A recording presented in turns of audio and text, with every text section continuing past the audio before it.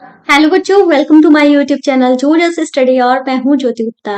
तो भाई क्लास 6 की मैथ्स की एक्सरसाइज 4.1 चल रही थी, जहां पे हमने 3 क्वेश्चन कंप्लीट करा दिए हैं। और हमारी इंट्रोडक्शन क्लास जो ये अगर आपने नहीं देखी है, प्लेलिस्ट में जाकर जरूर देख लेना, बहुत ही इंपॉर्टेंट है।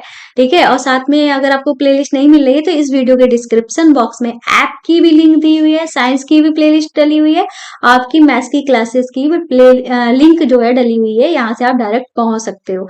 ठीक है, उस पर टच करना है, कुछ नहीं करना है, टच करना है, बस आप डायरेक्ट पहुंच जाओगे। तो भाई चलते हैं क्वेश्चन नंबर 4 पे। ये कह रहा है निम्नलिखित से होकर कितनी रेखाएं खींची जा सकती हैं। तो पहला जो क्वेश्चन है, ये कह रहे हैं कि एक बिंदु से कितनी रेखाएं खींची जा सकती हैं। तो भाई हमने ये बना लिया एक बिंदु, हमने इससे एक रेखा खींची, दो, चलो ये हमारी गई नहीं है, इससे होकर गई नहीं है, कोई बात नहीं है, हम आपको दिखा देते हैं। तो भाई ये हो गई हमारी दूसरी रेखा, ये हो गई हमारी तीसरी रेखा।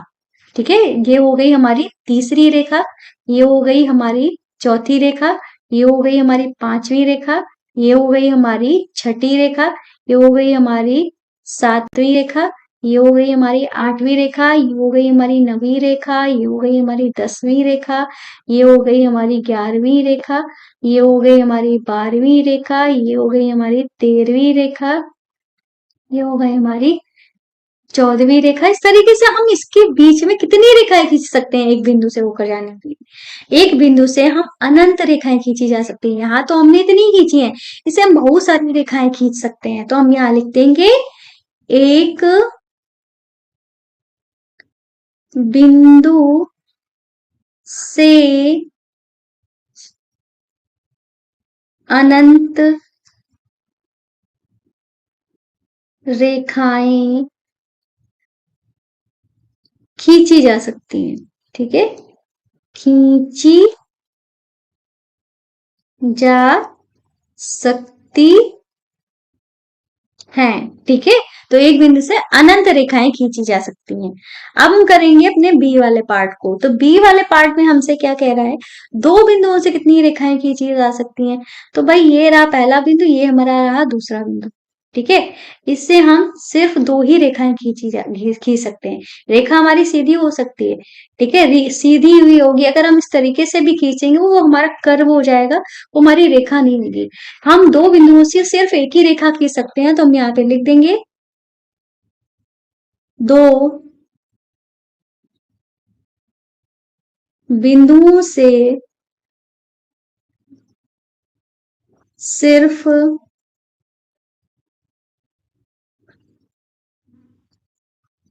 एक ही रेखा खींची जा सकती है। ठीक है, कितनी रेखा खींची जा सकती है, सिर्फ एक ही रेखा खींची जा सकती है। ठीक है, तो ये हो गया हमारा फोर्थ वाला क्वेश्चन। फोर्थ वाले क्वेश्चन पर बढ़ने से पहले हम आपको बताना चाहते हैं, ये रहा हमारा ऐप कुछ इस तरीके से। ये हमारा ऐप का लोगो वगैरह है और इस पे लिखा है NCERT books and solution. Play store में जाइएगा, वहां पे आपको ये मिल जाएगा। चाहे तो इस चैनल का नाम जोजस स्टडी डाल के भी सर्च करते हो, मैंने आपके लिए बेस्ट कर दिया है। आप लोग परेशान होते हो, कहते हैं मिल नहीं रहा है, मिल नहीं रहा, तो इस वीडियो के डिस्क्रिप्शन बॉक्स में हमने लिंक डाल के रखी है, यहाँ से आप डाउनलोड कर लेना। और भाई कुछ बच्चे हैं जो हमारे चैनल को अभी भी सब्सक्राइब नहीं किए हैं, पढ़ते हैं।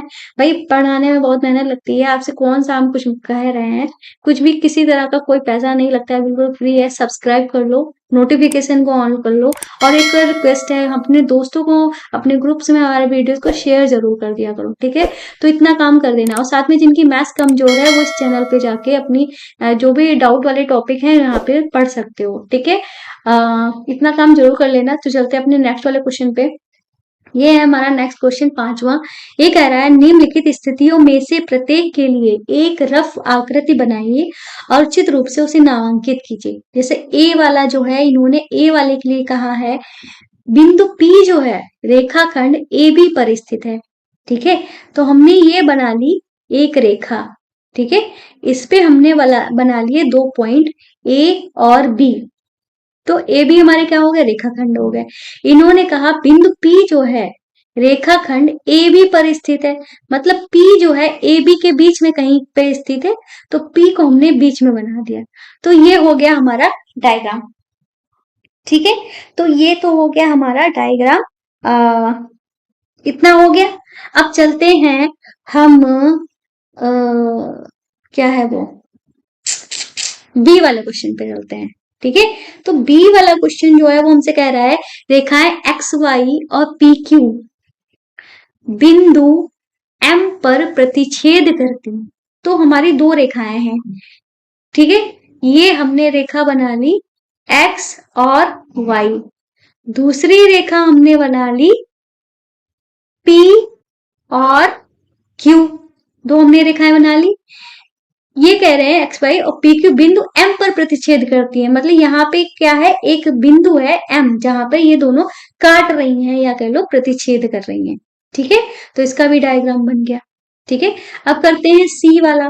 तो सी वाले में इन्होंने कहा है रेखा एल, तो हमने एक रेखा बना ली एल, जिसका नाम क्या है एल, पर ई और एफ स्थित है। तो इस पे क्या स्थित है, ई भी स्थित है और एफ भी स्थित है, परंतु डी स्थित नहीं है। तो हम डी कहीं बाहर बना देंगे, बस बन गया हमारा डायग्राम।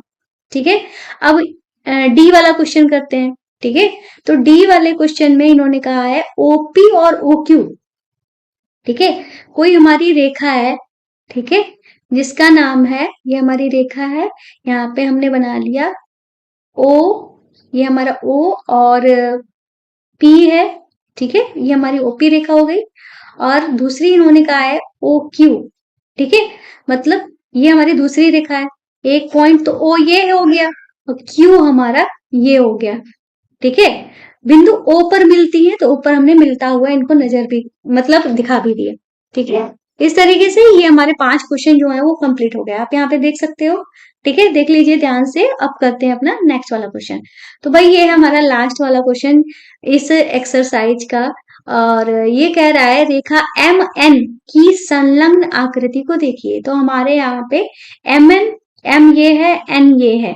ठीक है, फिर कह रहे हैं इस आकृति के संदर्भ में बताइए कि निम्नलिखित कथन सत्य है या असत्य है। जैसे कि इन्होंने कहा है Q M O N, Q M O N और पी रेखा एम एन पर स्थित है। तो ये बात हमारी रेखा जो एम एन है, ठीक है, अगर ये कहते कि रेखाखंड एम एन पर स्थित है, तो ये असत हो जाता। रेखाखंड में सिर्फ इतनी ही रेखा आती, और क्यू तो बाहर हो जाता, पी भी बाहर हो जाता, ओ स्थित होता। पर इन्होंने यूज किया है रेखा एम एन पर स्थित है। ठीक है, तो इसका मतलब रेखा का मतलब क्या हुआ, ये इधर से भी बढ़ी हुई है, इधर से भी बढ़ी हुई है। एम एन बोला जरूर है, पर ये रेखा इधर से भी बढ़ रही है, इधर से भी बढ़ रही है, इस पे क्यू भी आ रहा है, पी भी आ रहा है। तो ये चीज जो है वो हमारी क्या हो जाएगी, सत्य हो जाएगी। तो हम यहाँ पे क्या लिख देंगे, सत्य लिख देंगे। क्या लिख देंगे, सत्य। हम इसको रेड पेन से लिख दें। ठीक है, यहाँ पे हमारा क्या हो जाएगा, सत्य। फिर उसके बाद बोला है एम ओ और एन रेखाखंड एम एन पर स्थित है। अब इस बार इन्होंने बोला है रेखाखंड एम एन, रेखाखंड मतलब इस वाली रेखा की बात कर रहे हैं। इन्होंने कहा एम ओ और एन, एम ओ एन इस पर स्थित है, तो तीनों ही एम भी इस पर स्थित है, ओ भी इस पर स्थित है, एन भी इस पर स्थित है। तो ये बात भी इनकी कैसी हो जाएगी, सत्य हो जाएगी। ठीक है, क्या हो जाएगी, सत्य हो जाएगी।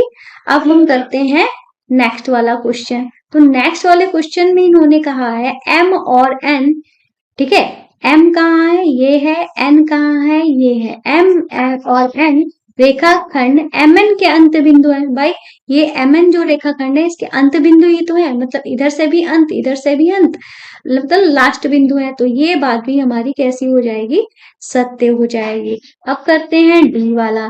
तो डी वाले में कहा है ओ और एन, ठीक है, ओ कहाँ है, ओ ये है, एन यहाँ है, रेखाखंड ओपी, रेखाखंड ओपी मतलब इस वाली रेखा की ये बात कर रहे हैं, इस वाली रेखा की बात कर रहे हैं कि अंत बिंदु है। ओपी का अंत बिंदु ओ और पी है, O और N नहीं है, ठीक है। तो इसका मतलब ये हमारा क्या हो जाएगा, असत्य हो जाएगा, ठीक है। नेक्स्ट करते हैं, तो नेक्स्ट वाले में इन्होंने क्या कहा है, एम रेखाखंड ओ क्यू, ओ क्यू कहाँ है, क्यू ये रहा, ओ ये आ रहा है, तो किस रेखाखंड की बात कर रहे हैं, इस रेखाखंड की बात कर रहे हैं। ओ एम रेखाखंड ओ क्यू के दोनों अंत बिंदुओं में से एक बिंदु है, तो अंत बिंदु थोड़ी ना है, दोनों के अंत बिंदुओं में से एक बिंदु है, अंत बिंदु थोड़ी ना, ये तो मध्य बिंदु है, तो ये भी हमारा क्या हो जाएगा, असत्य हो जाएगा, क्या हो जाएगा, असत्य हो जाएगा। अब करेंगे अपना नेक्स्ट वाला क्वेश्चन, तो नेक्स्ट जो क्वेश्चन है वो है हमारा एफ वाला, एम किरण ओपी, किरण ओपी कहाँ है, तो ये है किरण ओपी, ठीक है, ये है हमारी किरण ओपी, ठीक है। ये एक साइड से बढ़ रही है, ये ध्यान रखिएगा, एम किरण ओपी का एक बिंदु है, तो एम तो भाई इधर है, एम से कोई लेना देना नहीं है, तो ये बात हो जाएगी हमारी कैसी, असत्य, ठीक है, ये हो गया। अब हम चलेंगे नेक्स्ट पे, नेक्स्ट जो है कह रहा है ओपी किरण, ठीक है, ओपी किरण कहाँ है, ओपी किरण ये है, फिर कह रहे हैं वही है जो किरण ओएम है, भाई ओएम जो है वो इधर जा रही है, ओपी इधर जा रही है, तो ये भी हमारा क्या हो जाएगा, अच्छा ये हमने ये वाला क्वेश्चन करा दिया है पहले, ओपी वही है जो ओएम है, तो ये हमारा क्या हो जाएगा, असत्य हो जाएगा, ठीक है। इसके पहले एक छूट गया, उसको कर लेते हैं, ठीक है। ये वाला क्वेश्चन जो है वो हमसे क्या कह रहा है, किरण ओपी, ओपी कहाँ है, ओपी हमारी ये रही, किरण ओपी क्यूपी से भिन्न है, क्यूपी कहाँ है हमारी, क्यूपी हमारी ये रही, ठीक है। तो ये कह रहे हैं किरण ओपी क्यूपी से भिन्न है, भाई ये यहां से स्टार्ट हो रही है, ये यहां से स्टार्ट हो रही है, तो भिन्न तो है ही, तो हम यहाँ पे क्या लिख देंगे, सत्य, ठीक है। अब नेक्स्ट के नेक्स्ट वाला करेंगे, तो ये है ओएम, ठीक है, किरण ओएम, ओएम कहाँ है, ओएम मतलब इधर चलने की बात कर रहे हैं, ठीक है। किरण ओपी, ओपी कहाँ है, इधर चलने की बात कर रहे हैं, ठीक है। कि विपरीत विपरीत है, अगर विपरीत होती तो हम लिख देते हैं हाँ, पर इन्होंने बोला है विपरीत नहीं है, तो हम लिख देंगे असत्य, ठीक है। तो अब करेंगे नेक्स्ट वाला क्वेश्चन, तो नेक्स्ट वाले क्वेश्चन में हमसे क्या कह रहे हैं, नेक्स्ट वाले क्वेश्चन में कह रहे हैं ओ किरण ओपी का प्रारंभिक बिंदु नहीं है, तो ओ किरण जो है ओपी बिंदु का प्रारंभिक बिंदु है, पर इन्होंने कहा नहीं है, तो इस वजह से हमारा क्या हो जाएगा, ये असत्य हो जाएगा, ठीक है। फिर इन्होंने कहा है एन किरण एनपी और एनएम का प्रारंभिक बिंदु है, तो एनपी की बात करें एनएम की बात करें, एनपी हमारा ये है और एनएम, एनएम हमारा कहाँ है, एनएम हमारा ये है, दोनों ही, ठीक है। एनपी हमारा एक बार हम फिर से आपको दिखा देते हैं रफ करके, इसी में ही नहीं करेंगे, तो एनपी हमारा कहाँ है, एनपी हमारा ये है और एनएम हमारा ये है, दोनों ही यहीं से शुरू हो रहा है, तो मतलब ये बात हमारी कैसी हो जाएगी, सत्य हो जाएगी, ठीक है।